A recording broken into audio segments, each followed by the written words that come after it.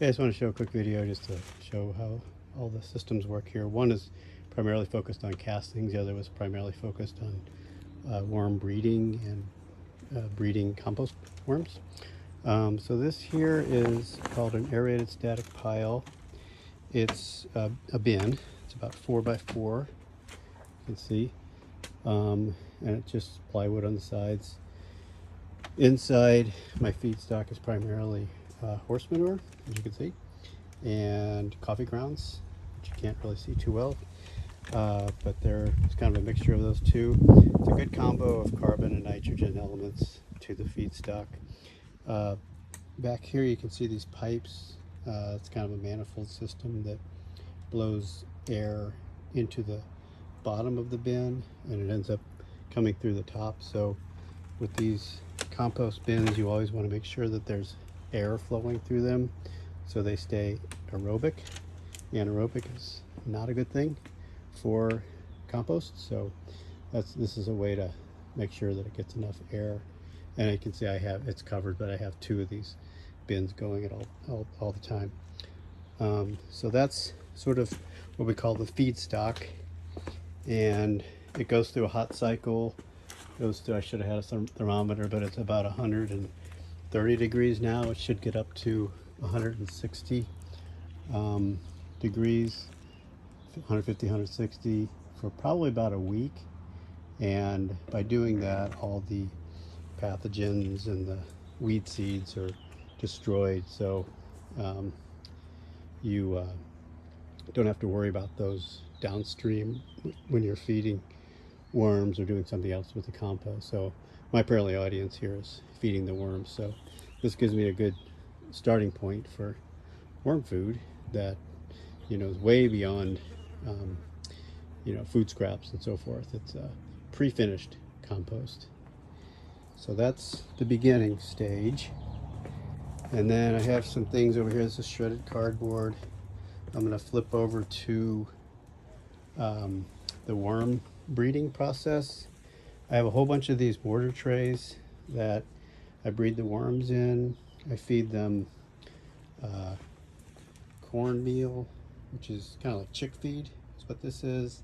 I also use alfalfa pellets. I don't use the pre-compost too much, although I could. But to keep it simple and to keep things contained, I just use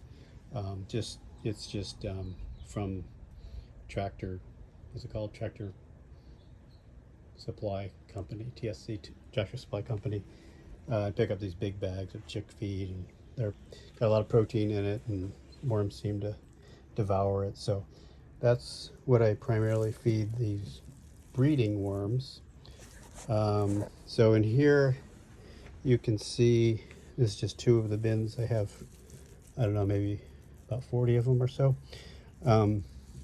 You can see the shredded cardboard, and the worms, of course, they're diving to the bottom because they don't like the light, even though it's getting dark out, but they don't like the light at all, so they dive to the bottom. It's natural.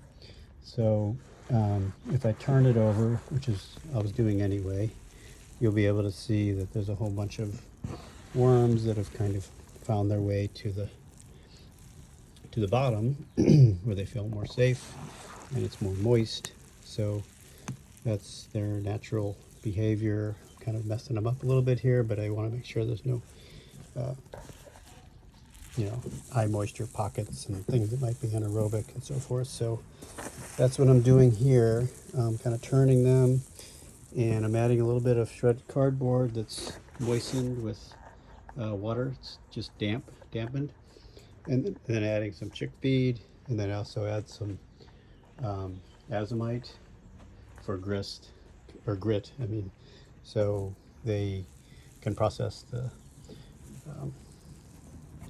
this mixture, this compost, better because they have a gizzard. They don't have teeth, they have a gizzard, so they need something gritty like azomite or small bits of sand and so forth that'll help them digest the food. Okay, so that's the worm breeding, and I'll just show. I have this setup here. There's 10 or so, and then I have a whole bunch in the basement now a whole bunch here, there, and then a whole bunch here. Each of these is about 5 gallons or so of material.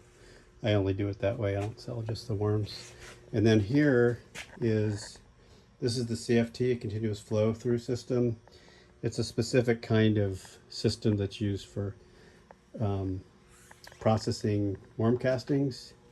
And real quick, the worms are Encenia fetida. They're red wiggler worms. They hang, they're the most common for composting and so forth. They hang out at the top. That's their natural behavior. They look for decaying organic matter near the top, like leaf litter and so forth in the real world. Here, this is all pre-compost material or post-compost material that's gone through the thermophilic composting process. I added some, these are just some sprouted oats. I just threw it on top. You can see the worms like hanging out underneath this stuff just for some food. I'm going to push away some of the material on top, and you'll see that it's just the worms hang out right below the surface. So they're really only in the top 6 inches or so of the whole system. So I'll just demo that, just push a little bit of this away, and you can see the wormies are very much active in this top layer. That's what they're feeding on. So what do I feed them? This is where I put the compost, that pre-processed compost that was in those bins outside. I put that all on the top. Sometimes I'll give them one of these, just a little sprouted oats that I had going in the back in one of the bins. I just put it together. They seem to like that. And then sometimes I'll put the cornmeal on top or the chick feed, but usually not. It's usually just the composted or pre-composted horse manure. They really seem to thrive on that. So the way that this works is I put the food, the compost on top. The worms hang out on the top. I make sure the top's really moist. So I mist the top just to, I don't want like big showers on top. I just want kind of the mist, make sure it's all moist. Worms love the moisture. And so I make sure that that's wet. And then the castings, eventually the castings kind of go further and further down the system. So they're down at the bottom of this whole system. Eventually the worms will migrate some. I can probably dig out, go down a foot maybe, and you can see them down further. So they don't only hang out at the top. They're a little bit adventurous, and they'll go down into the depths a little bit. But for the most part, they hang out at the top. And they definitely don't go down this far. Maybe just a few. Sometimes I see some when I'm harvesting this. So then the way that this works is on the bottom inch or so, there's a blade that goes across this way, and not a sharp blade, but it's like a bar, and it goes across, and it cuts off the bottom couple inches of the material that's at the bottom, which, like I said, is mostly castings.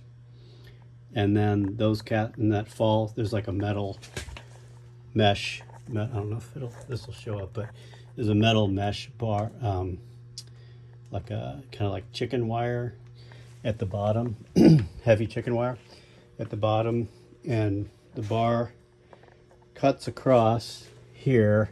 It falls through the chicken bar and chicken wire, sorry, and then it falls to the ground, to the floor. And I have a bunch of tubs down here that I catch it in. And that happens with this winch right here, attached to a cable. This cable's attached to the bar, and I just move the bar all the way across, 16 feet long, and then I move it all back. So it gets 2 swipes, and it cuts off the bottom couple inches. Those are the castings. The castings fall in the tubs. And then I haul this out of the basement. I let it dry a little bit for a day or so because it's hard to use the trommel with wet castings. And I bring it over here to the trommel. And I don't have a demo here of moving trommel, but trommel starts here. I put in what's at the bottom, what fell through, and then this turns around like that. It's motorized, turns around, and then the fine castings go through this fine mesh. This is like an 1/8 inch. This is like a 1/4 inch, and this is a 1/2 inch. So it all falls down onto this piece of plywood. And then I have when I'm using this, I have tubs down, or mortar trays down here that catch everything that fell down. And that's how the casting process works. And those end up in one of these yellow bins. And then I try to move it along because it has biology in it, and I want people to use it, as soon as possible. So that is the system. Hope that was explanatory.